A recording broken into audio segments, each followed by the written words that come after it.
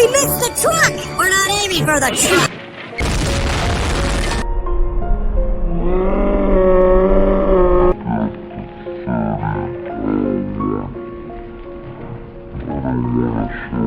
Well, you see, 9/11 happened. I'm not going to show too much footage here because, to be honest, I don't know what YouTube will allow. The important thing here is, while there were many heroes made that day, there were also quite a few pricks. I'm sure those of us alive in the immediate aftermath will remember the massive amounts of merch that started appearing in stores sporadically in the following months.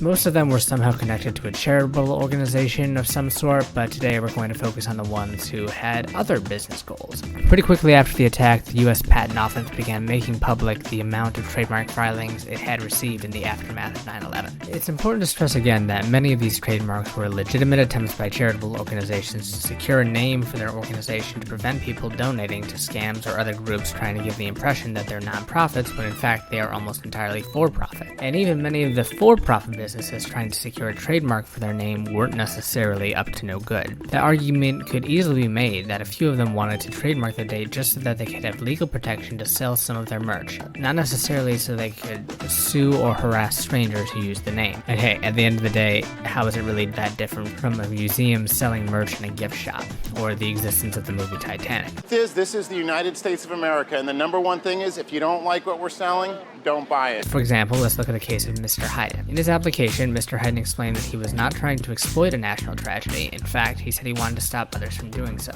This trademark was originally created and designed for charity purposes, he wrote. In the event of any movie made about the horrific acts of cowardice on September 11th, I want to make sure that all proceeds went directly to the people affected by this tragedy. Who would make a movie out of 9/11? Oh. And again, it might all be a little bit morbid, but as long as the merch is respectful, I think it's relatively fine. Side note, there was also a lot of anti-Bin Laden trademarks filed around the same time, and honestly, some of these are pretty funny. So far, no trademark applications have been filed using Taliban or Al-Qaeda, but there are several incorporating variants of the name Osama bin Laden into slogans on clothing, knickknacks, and bumper stickers. These include Osama, can you see the bombs bursting in the air? Trash Bin Laden to rest, been there, bombed that, and Osama Yo Mama, my personal favorite. Yes, there's a time and a place for everything, but it's not like these people were filling out their applications while the towers were still falling. Oh, well, that's quite a lot.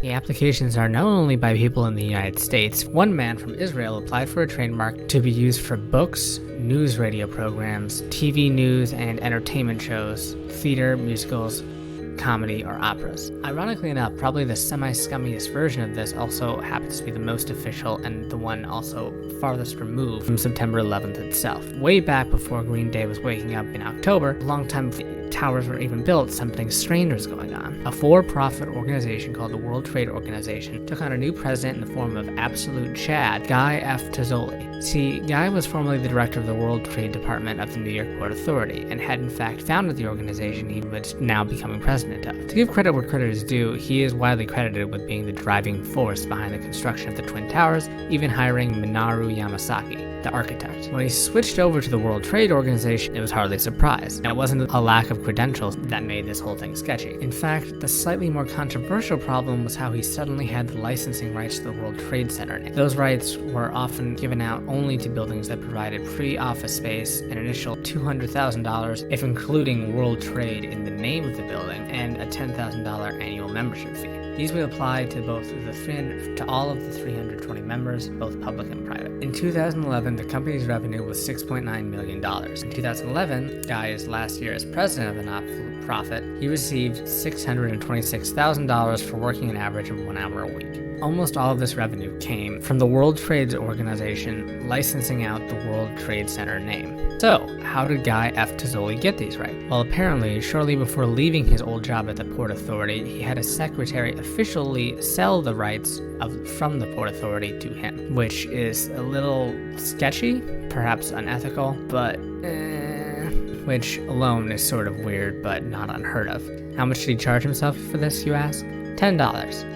He played the long game. The terms of this deal didn't come out until after he had retired from his position, and well, frankly, the brand recognition had skyrocketed a bit under his tenure. Not because of anything he did, but because, again, in the research I've done on this project, it's not super clear what ended up happening, but it definitely caused quite a fracas when the new World Trade Center opened up.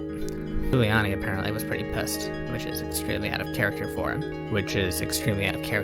There's been talks of trying to repurchase the rights or allow them to enter the public domain, but they've turned down Eric Adams' offer. This is because he refuses to pay the initial $10. He is trying to negotiate. He's charging them $9.11. Boom! Like, subscribe, pull the trigger, pull the strings, like and subscribe.